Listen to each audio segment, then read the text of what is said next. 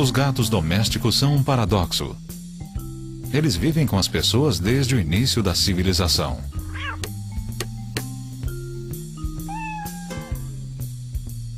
Mas tornaram-se domésticos sem perder a sua felinidade, a sua independência e sua capacidade de viver sem nós. Porém, é óbvio que eles gostam de gente e que muita gente gosta deles. Gatos e pessoas vivem em parceria.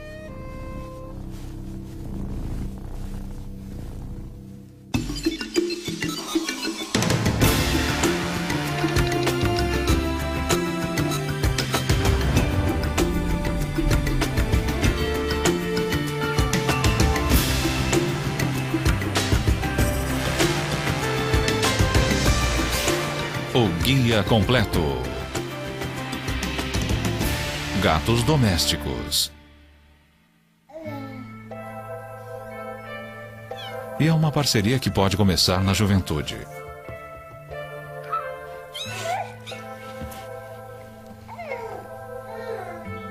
Os gatos, porém, vivem menos que as pessoas e não podem se dar ao luxo de uma infância longa. Um bebê de 6 semanas, a mesma idade desses gatinhos, não consegue correr, pular e explorar.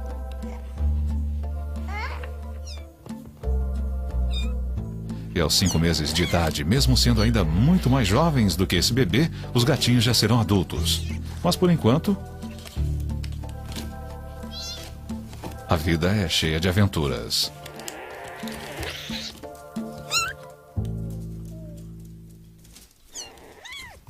Com apenas 6 semanas, eles já estão desenvolvendo a ampla gama das habilidades felinas.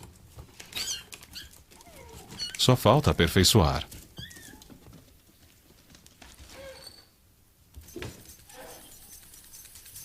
Os brinquedos mais simples podem ser educacionais, ensinando, por exemplo, a caçar.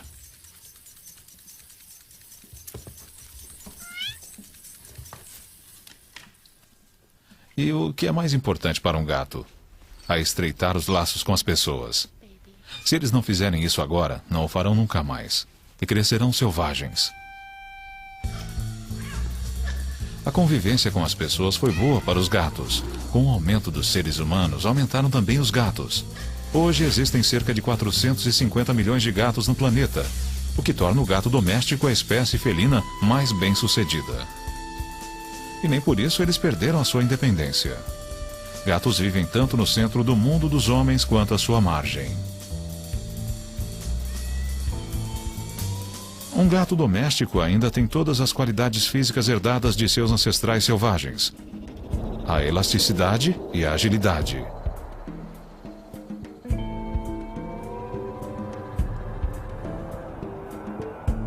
A capacidade de não se ferir quando cai, usando o reflexo de endireitar-se.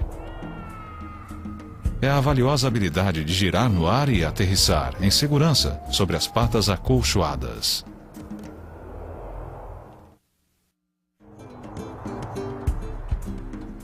Os gatos domésticos, como os gatos selvagens, nunca fazem mais do que o necessário e passam até 18 horas por dia dormindo.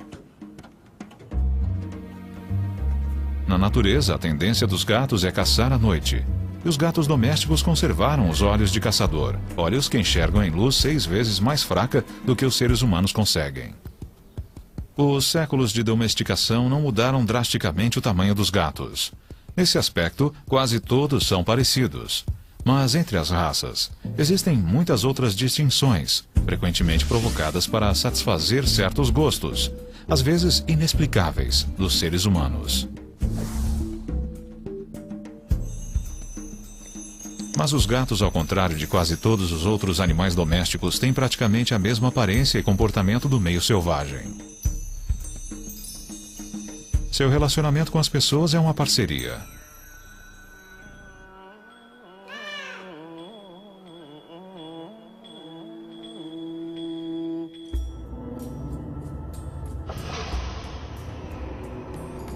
Uma parceria que remonta a quase 4.000 anos, a uma das primeiras civilizações do planeta, o Antigo Egito.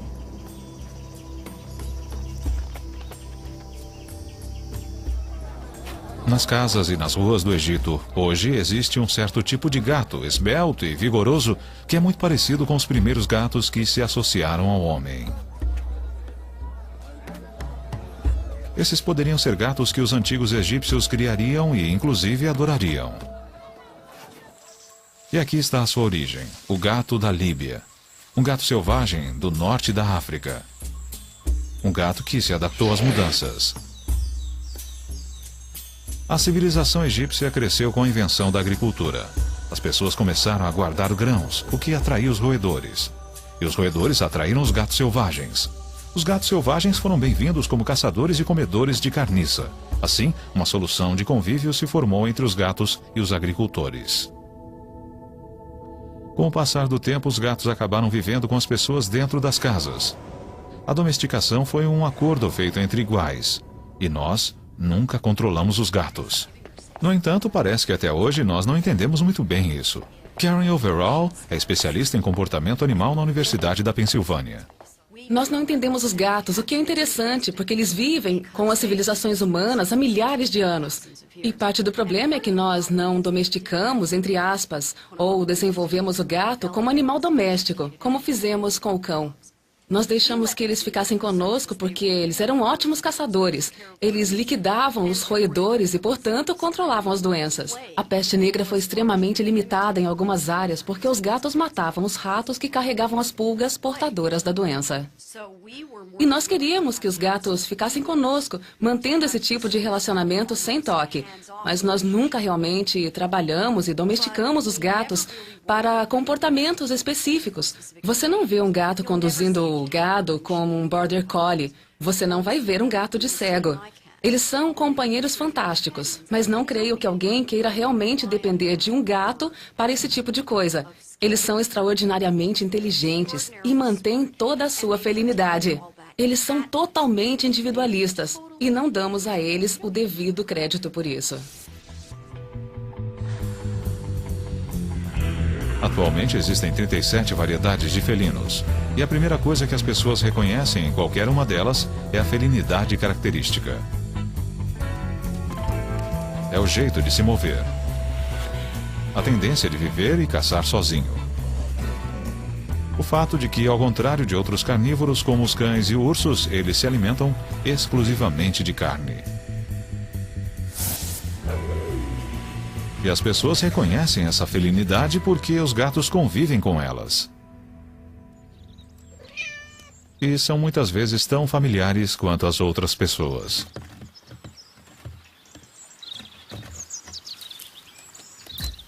E o que é que faz do gato o animal que ele é?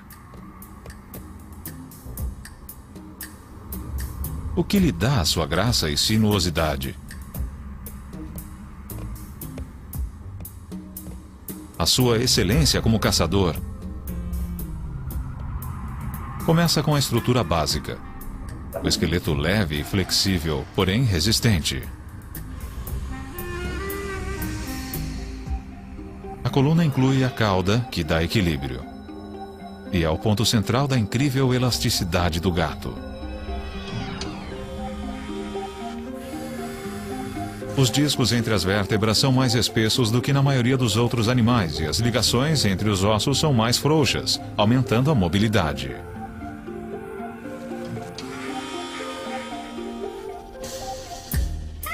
Como um bailarino fazendo ponta, o gato anda nos dedos das patas. Com isso, o comprimento da perna e o tamanho do passo ficam maiores e o gato ganha velocidade. E é por isso também que, surpreendentemente, essa junta é o tornozelo do gato e o começo da pata. Os ossos da pata são muito longos. E só os dedos fazem contato com o chão, aumentando o impulso e os saltos.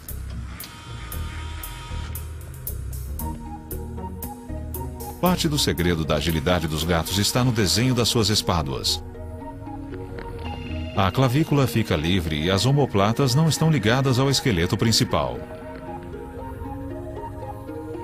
Tudo se mantém unido através de ligamentos e músculos, permitindo que a espádua se mova livremente. E os músculos funcionam um pouco como molas. Eles são muito mais flexíveis do que os músculos da maioria dos mamíferos. Eles expandem e se contraem como elásticos, dando ao gato força para saltar várias vezes a sua altura. Um ser humano com músculos como os de um gato saltaria do chão ao topo de uma casa. Quando um gato salta, a força vem dos músculos das pernas traseiras. Cada músculo é feito de várias fibras musculares. Elas consomem muita energia para se contrair rapidamente, e quando afrouxam, são como catapultas. Bom para explosões de velocidade, mas cansativo demais para longos percursos. O gato é um velocista e não um corredor de maratona. O gato é também um equilibrista nato. E isso porque o seu peito é muito estreito e as suas pernas dianteiras muito próximas uma da outra. Esteja ele num galho de árvore ou em cima da cerca, ele anda como se estivesse no chão.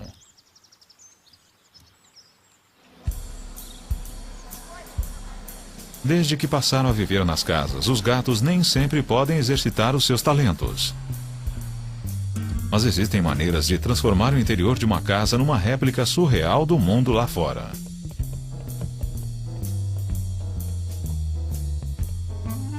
Este é o mundo que pertence a Molly, Little Jimmy, Bernard, Tom, Frank e mais 4 gatos. Como a maioria, você começa com 2 gatos. E naquela altura nós achamos que 2 era uma família perfeita. Mas uma coisa literalmente levou a outra e agora nós temos 9. E 9 gatos para nós parece normal. Nós constatamos logo no começo que quando saíamos todo dia para trabalhar, os gatos ficavam na casa. E percebemos que, se posse é 90% da propriedade, a casa na verdade era deles. Então resolvemos facilitar as coisas para os usuários, no caso os gatos. Uma coisa que nós sabemos sobre os gatos é que eles gostam de subir e andar sobre as coisas. Os gatos gostam mesmo das alturas. Eles adoram nos olhar de cima. E agora nós temos cerca de 40 metros de passarelas chegando a quase todos os cômodos. E onde nós estamos, eles estão. Como foi o seu dia hoje, Tom? Oi, Frank. Frank visita a esposa de Bob, Frances, enquanto Tom recebe toda a sua atenção. Mas por pouco tempo.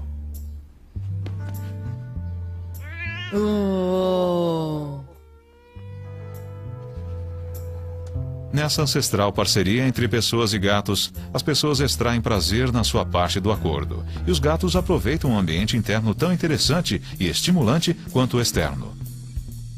Só que mais seguro. Nós fizemos uma passarela que fosse não só propícia e divertida para os gatos, mas divertida para nós também.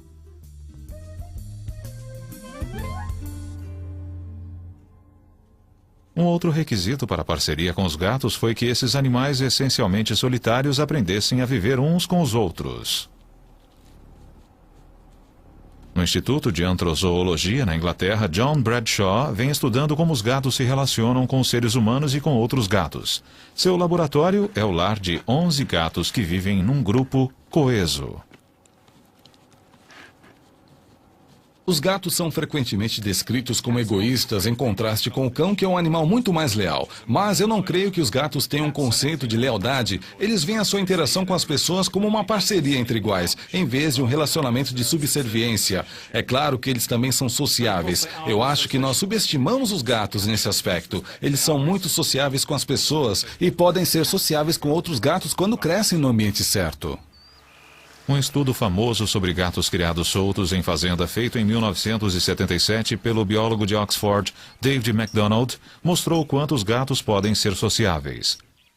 A equipe do professor MacDonald colocou radiotransmissores em 4 gatos e os acompanhou durante 1 ano. Praticamente todos os movimentos dos gatos foram registrados. Eram 3 fêmeas e 1 macho. MacDonald constatou que as fêmeas permaneceram perto da fazenda, num grupo íntimo e amigável. O macho passava 2/3 de seu tempo longe, perambulando, farreando e caçando ratos. Mas ele sempre voltava para casa. O ponto alto do estudo foi quando a equipe testemunhou uma fêmea ajudando outra a dar à luz. Ela agia como parteira, inclusive na hora de cortar o cordão umbilical. Mais tarde, as duas partilharam um abrigo e cuidaram das crias uma da outra.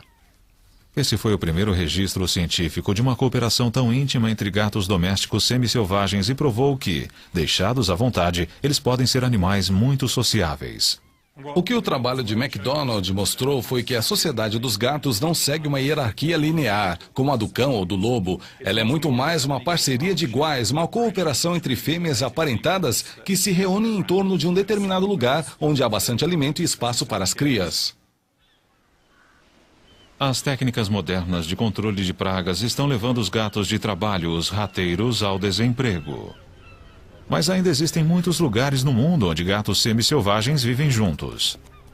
Na ilha italiana de Stromboli, esses gatos estão em toda parte. Aqui os gatos raramente são bichos de estimação, mas há pessoas bondosas que cuidam deles e os alimentam. Uma delas é a senhora Ushi, do vilarejo de Ginostra. Há mais de 40 anos ela alimenta uma colônia que está sempre mudando.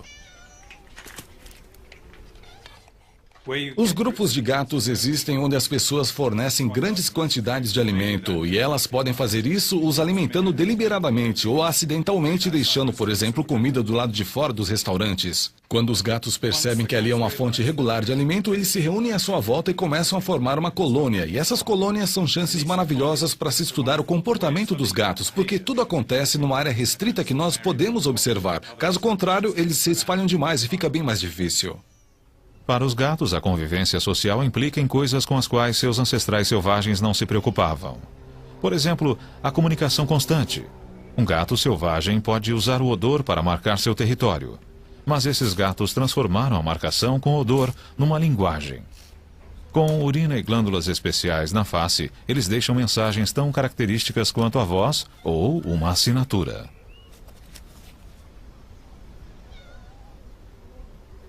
O olfato é altamente desenvolvido nos gatos. A membrana mucosa do focinho dos gatos, onde os cheiros são impressos, tem 2 vezes a área do seu correspondente humano. E logo abaixo há um segundo detetor de cheiros, o órgão de Jacobson. O gato aspira o ar pela boca e suas células especiais analisam as partículas. E o cheiro não é seu único meio de comunicação. Os gatos também se esfregam.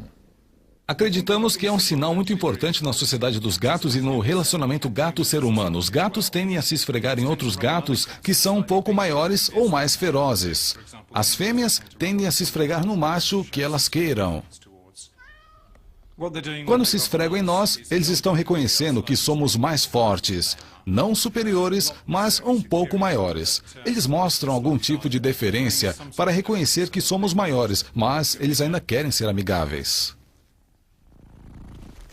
E há o ronronar. O ronronar parece que é o convite a algum tipo de atração e também ao contato físico. Os gatos ronronam quando estão satisfeitos e querem a companhia de outro gato ou do dono, ou quando estão com muita dor. Por exemplo, um gato atropelado. Parece bizarro porque as pessoas associam ronronar com prazer, mas não se trata de prazer, e sim de querer atenção. Eles estão tentando conseguir ajuda naquela situação em particular. O gato ronrona vibrando as cordas vocais externas e parece que cada gato tem uma frequência específica. Uma das coisas que nós descobrimos observando os gatos nas fazendas e em outros lugares é que eles são bem quietos. A menos que haja uma briga ou alguma coisa acontecendo, os gatos não fazem muito barulho. Uma das coisas que eles menos fazem é miar. E nós achamos que isso acontece porque o gato aprende a miar. Ele aprende que o ser humano responde bem a vocalizações. Nós somos uma espécie conversadora, por assim dizer. E, portanto, um gato descobre que a melhor maneira de conseguir a atenção do dono é fazendo barulho. Feito isso, ele indica usando algum tipo de linguagem corporal o que é que ele quer, comer, sair ou o que for. Os gatos têm os mesmos sentidos que os seres humanos, mas eles funcionam de maneiras diferentes. Os sentidos de um gato evoluíram principalmente para ajudá-lo a caçar. Mesmo um gato de vida mansa, como o mango, tem todas aquelas percepções aguçadas de caçador. Por exemplo, os olhos na frente da cabeça. Quando o mango olha para alguma coisa, cada olho capta uma imagem ligeiramente descentralizada. O cérebro faz a centralização, gerando uma imagem tridimensional. E Mango então sabe qual é o tamanho do objeto e a que distância ele está. Proporcionalmente ao tamanho de sua cabeça, Mango tem olhos muito maiores do que os nossos. Eles recebem mais luz, e ele enxerga tão bem na semi-escuridão quanto em pleno dia. Os olhos de Mango são tão sensíveis que precisam de pupilas capazes de restringir a luz de uma maneira que as nossas pupilas redondas não conseguem. As pupilas dele se fecham quase que totalmente numa fenda. E quando a luz diminui, elas se abrem ocupando uma área de olho proporcionalmente muito maior do que as pupilas humanas. Mango não enxerga na escuridão total, mas ele vê com muito menos luz do que os seres humanos. Os gatos têm uma camada de células chamada tapetum lucidum no fundo do olho. A luz que passa pela retina sem ser absorvida é refletida de volta, dando aos receptores uma segunda chance de captá-la. Isso aumenta a eficiência dos olhos de Mango em 40%. E para aumentar ainda mais a eficiência, os gatos têm mais células fotossensíveis que funcionam melhor com menos luz. Com tudo isso, Mango consegue ver em luz 6 vezes mais fraca do que o seu companheiro humano consegue.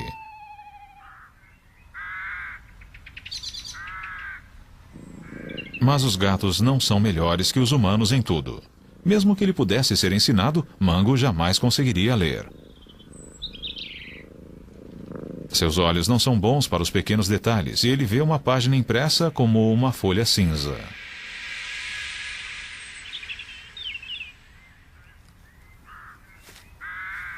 Um gato enxerga o mundo mais ou menos como alguém que perdeu os óculos. E o gato também não vê cores muito bem. Os gatos sacrificaram os detalhes e as cores para enxergar melhor à noite. O mundo de cores dos gatos é desbotado. Eles enxergam um pouco de amarelo, de verde e de azul.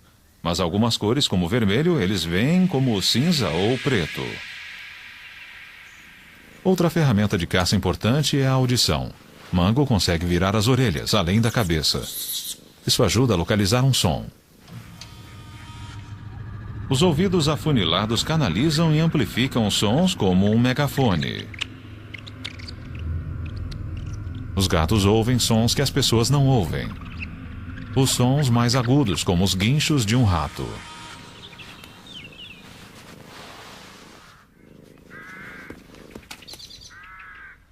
E quando um gato ouve um guincho, ele tem que saber exatamente de onde ele veio. Conforme a intensidade relativa do som em cada ouvido, o gato automaticamente vira a cabeça na direção certa. Os gatos também são muito bons para detectar movimentos, mas quando se aproximam da presa, eles precisam usar o sentido do tato. Esse tipo de jogo dá a Mango a chance de exercitar a rotina de uma caçada. Ele usa até os bigodes para sentir a pena. 3 vezes mais grossos do que os outros pelos do gato, os fios do bigode, ou vibriças, descem a uma profundidade 3 vezes maior na pele e têm células sensíveis na base. Elas dão ao cérebro as mínimas informações sobre qualquer coisa que a vibriça toque. As patas da frente também são super sensíveis e servem para explorar coisas novas e testar alimentos. As almofadas das patas sentem a velocidade do que passa sobre elas. A informação vai das patas ao cérebro com velocidade de corrente elétrica. Um gato consegue aprender muito sobre alguma coisa simplesmente alisando ou tocando de leve. Os sentidos dos gatos foram aperfeiçoados para caçar, mas eles também são úteis no acasalamento. Quando uma fêmea está pronta para procriar, ela libera odores que são percebidos pelo órgão de Jacobson no nariz do macho.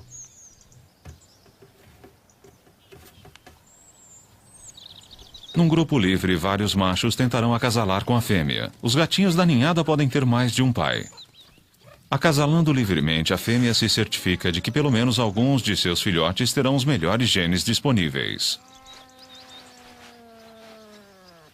Essa é também uma estratégia para manter a paz. Como nenhum macho terá certeza de quais dos filhotes são seus, é menos provável que ele machuque ou mate algum deles.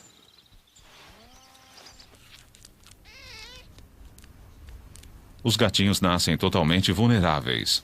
Apesar de cobertos de pelos, eles não conseguem regular a própria temperatura. E também são cegos, surdos e incapazes de andar. Mas tudo isso é bom, porque significa que sob nenhuma circunstância eles vão se afastar da mãe e ficar expostos ao perigo. Os gatinhos seguem o cheiro e o calor das tetas da mãe. E mamam até 8 horas por dia.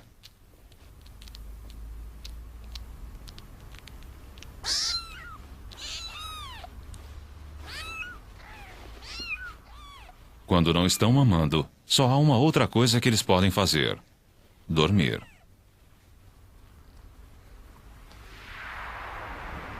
A passagem do nascimento à maturidade pelos padrões humanos é muito rápida, mas para os gatinhos ela deve parecer lenta. Esse tem 10 dias de vida. Ele enxerga um pouco, mas a sua visão ainda está embaçada e vai continuar assim nas próximas 3 semanas. Nessa idade, não é fácil para o gatinho se locomover.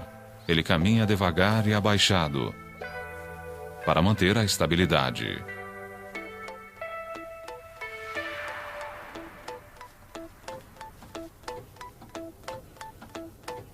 Com 3 semanas, o gatinho já está de pé e andando, embora ainda um pouco trêmulo.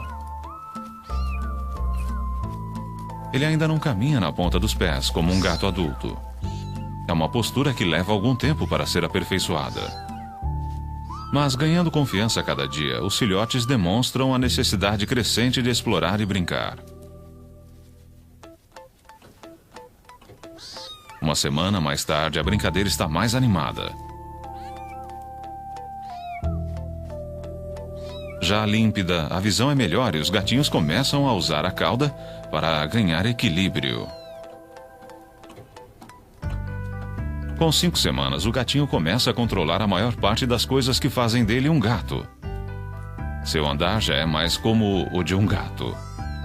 Sua audição direcional começa a funcionar. E a visão melhora a cada dia.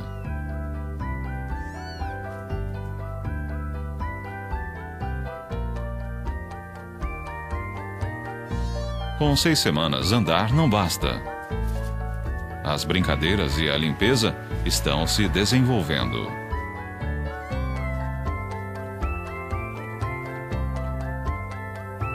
Com 8 semanas de idade, apenas 2 meses depois de nascer, esse é um gato jovem, porém completo. Daqui para frente, ele só vai crescer e se aperfeiçoar.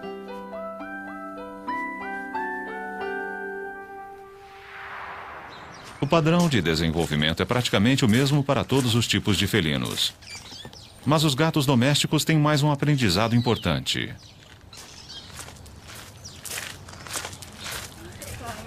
Como conviver com as pessoas. Olá, querida. Essas pessoas em Bristol, na Inglaterra, são voluntários que acariciam gatos perdidos e abandonados. Ah, boa menina.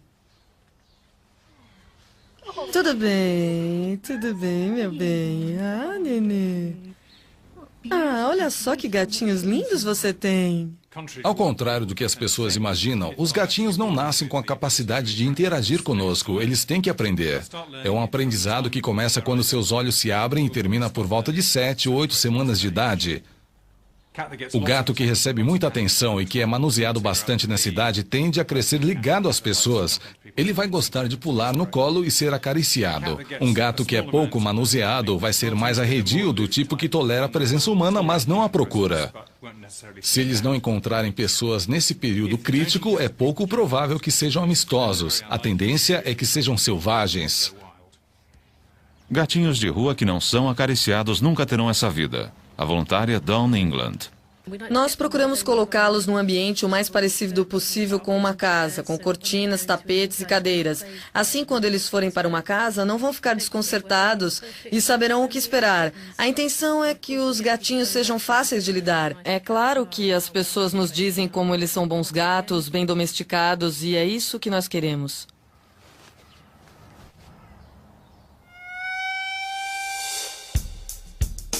Tecnicamente, os gatos domésticos e os selvagens são da mesma espécie. As duas principais diferenças são as habilidades sociais do gato doméstico, com as pessoas e com outros gatos, e a sua cor.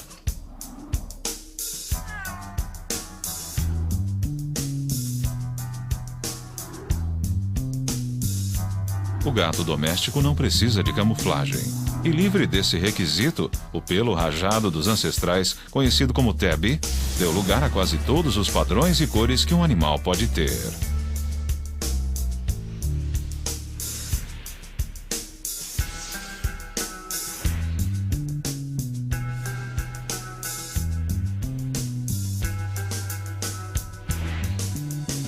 O preto foi a primeira cor nova. Há cerca de 2.500 anos, os fenícios conseguiram contrabandear gatos do Egito e usar como rateiros nos navios. E muitos desses gatos eram pretos.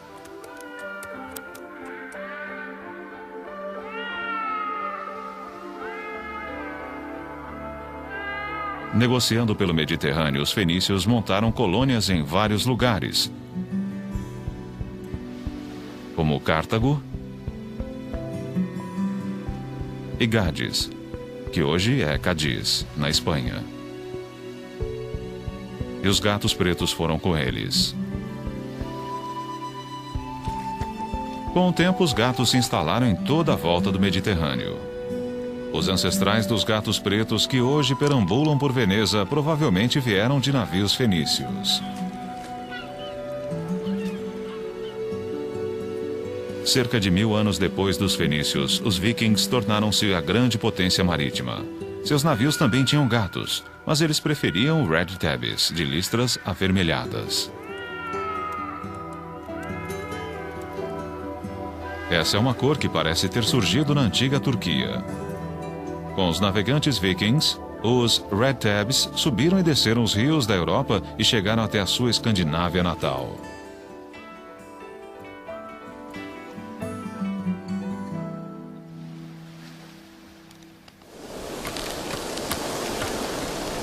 Foi nos navios que os gatos de todas as cores espalharam-se pelo mundo.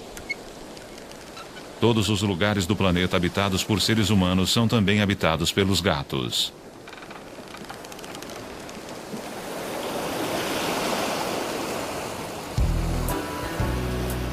E onde os gatos foram à Terra, sua vida misturou-se à nossa. Esta é Miami, na Flórida, a sede de uma das exposições de gatos mais chiques dos Estados Unidos. Esses não são gatos domésticos criados ao acaso. São gatos de raça, concorrentes caros, trazidos aqui para ganhar prestígio e prêmios para os donos.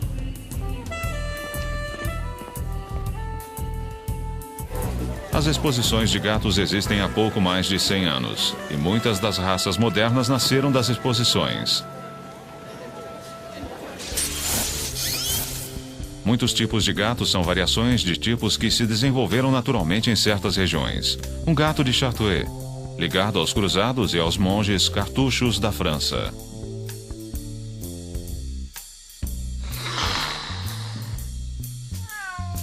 O Angorá, que remonta à antiga Turquia.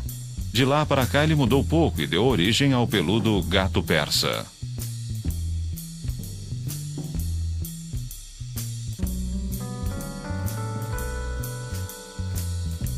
Outro peludo é o Maine Coon, um gato que se desenvolveu naturalmente no frio da Nova Inglaterra. O gato abissínio é uma variedade antiga. Até hoje, esses animais elegantes têm o visual dos primeiros gatos que se associaram ao homem. Foi uma mutação natural que deu forma ao bobtail japonês. Mas hoje ele é uma raça pura.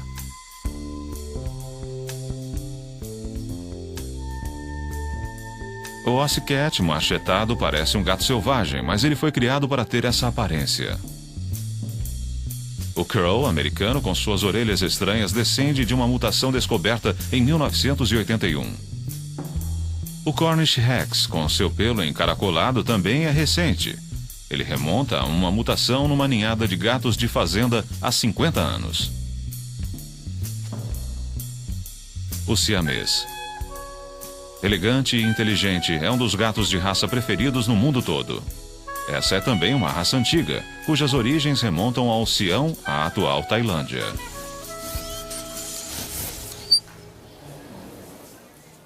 Um dos gatos mais divertidos que eu tive o prazer de tratar neste fim de semana foi esta Tabby Marrom.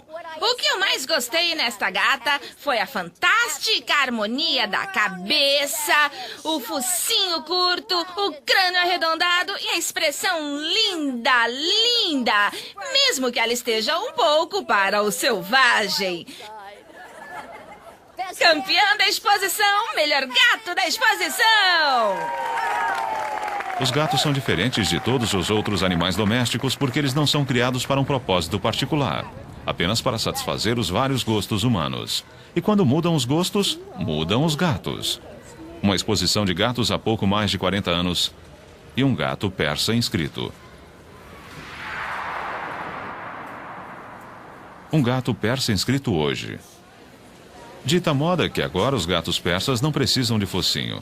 E no processo de achatar o focinho, os criadores acabaram obtendo um animal com dutos lacrimais distorcidos e olhos que choram sem parar. O siamês atual, uma tentativa de recriar o que os ocidentais consideram um visual oriental. Um animal magro e frágil, com problemas de saúde e reprodução. Há 40 anos, um concorrente siamês era mais parrudo do que os de hoje, mas ainda era mais elegante e exótico do que os gatos comuns. Outras variações modernas do siamês. A face não é mais redonda, é triangular. E eis o triunfo da arte dos criadores. O Sphinx, um gato sem pelos. Mas esses são os aristocratas do mundo dos gatos. Longe da aristocracia felina de Miami existem gatos assim. Gatos de rua.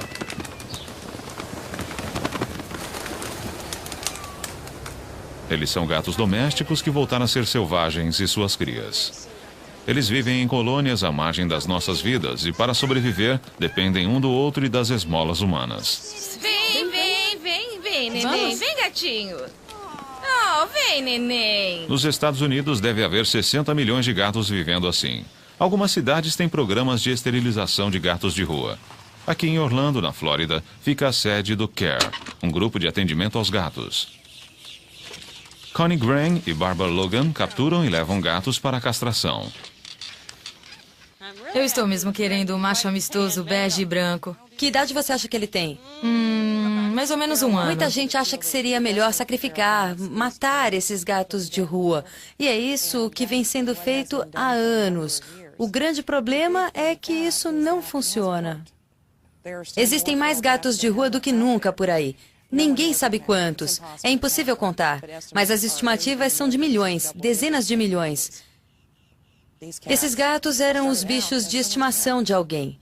E as pessoas se mudaram e os deixaram para trás, não quiseram mais. Se cansaram deles e os jogaram em algum lugar. E os gatos que não foram castrados ou esterilizados acabam encontrando outros gatos também férteis e começam a procriar. E o que começa com 1, 2 gatos, de repente é uma colônia de 20, 40. Numa área em que foram postas armadilhas para o nosso programa, foram pegos mais de 80 gatos, numa única área, o que é incrível. Em teoria, uma gata pode gerar milhares de descendentes. É claro que causas naturais impedem que isso aconteça, mas para todos seria melhor que as gatas de rua não procriassem nunca. Os gatos nem sempre são animais fáceis de se apanhar. Mas em Orlando, em todo o condado de Orange, organizações como a CARE apanham quantos puderem. Sempre com reforço por perto e sempre preparados para não estressar o animal.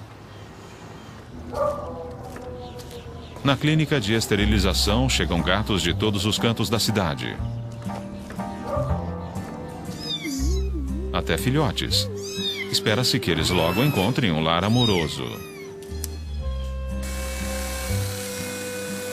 É quase como uma linha de montagem. Os gatos são anestesiados, preparados e levados para serem castrados. É eficiente e indolor.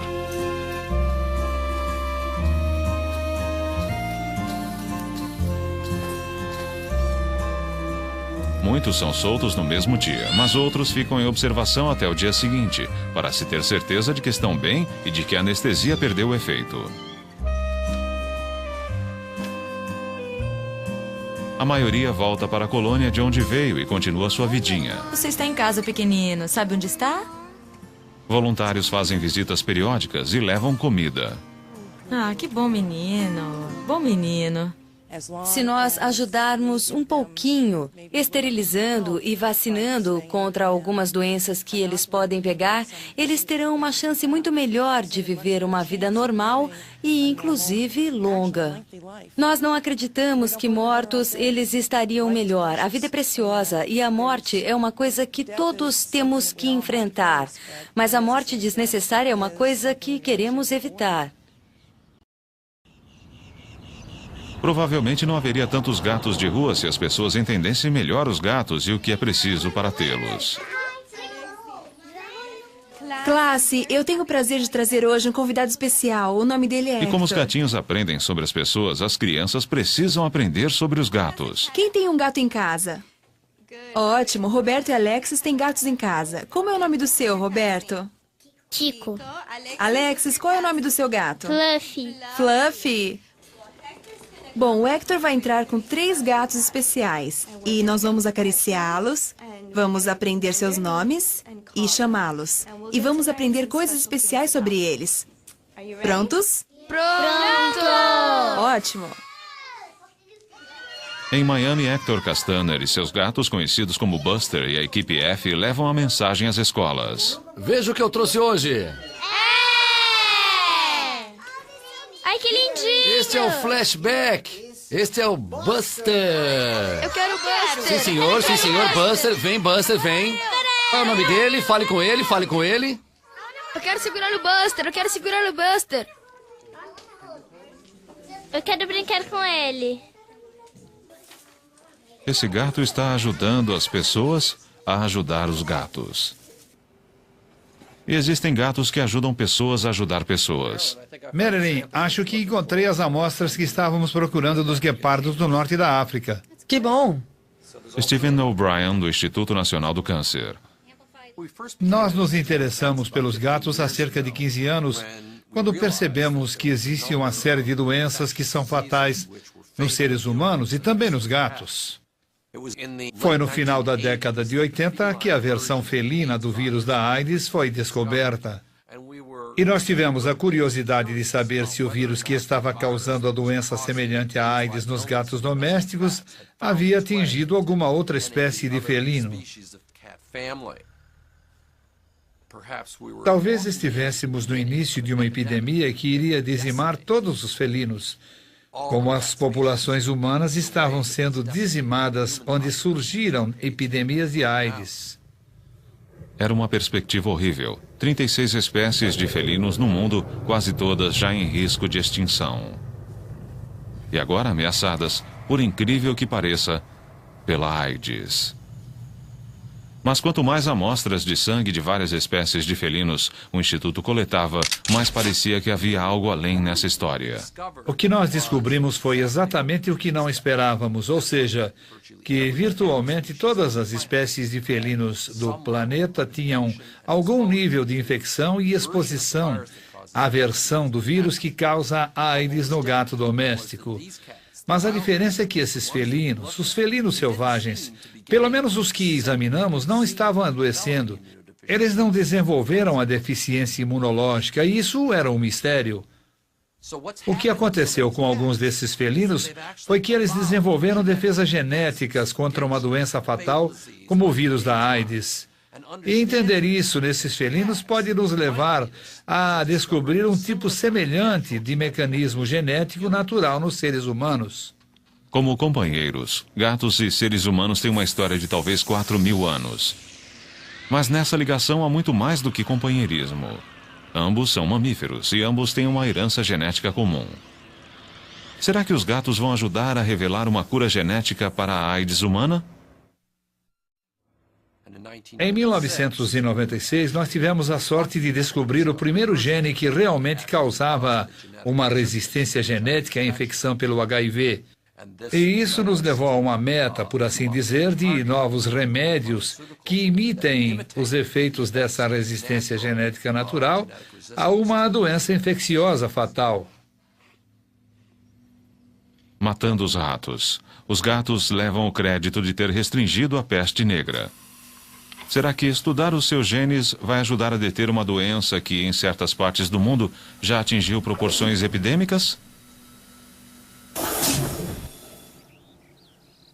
Afinal, os gatos são nossos velhos amigos. Eles chegaram ao mesmo tempo que a civilização. E de todos os animais que domesticamos, são os únicos com os quais não temos um relacionamento de senhor e subordinado. Os gatos escolheram ficar conosco, e nós vivemos com eles, dentro das nossas casas. Por uma única razão: nós gostamos deles, e eles gostam de nós.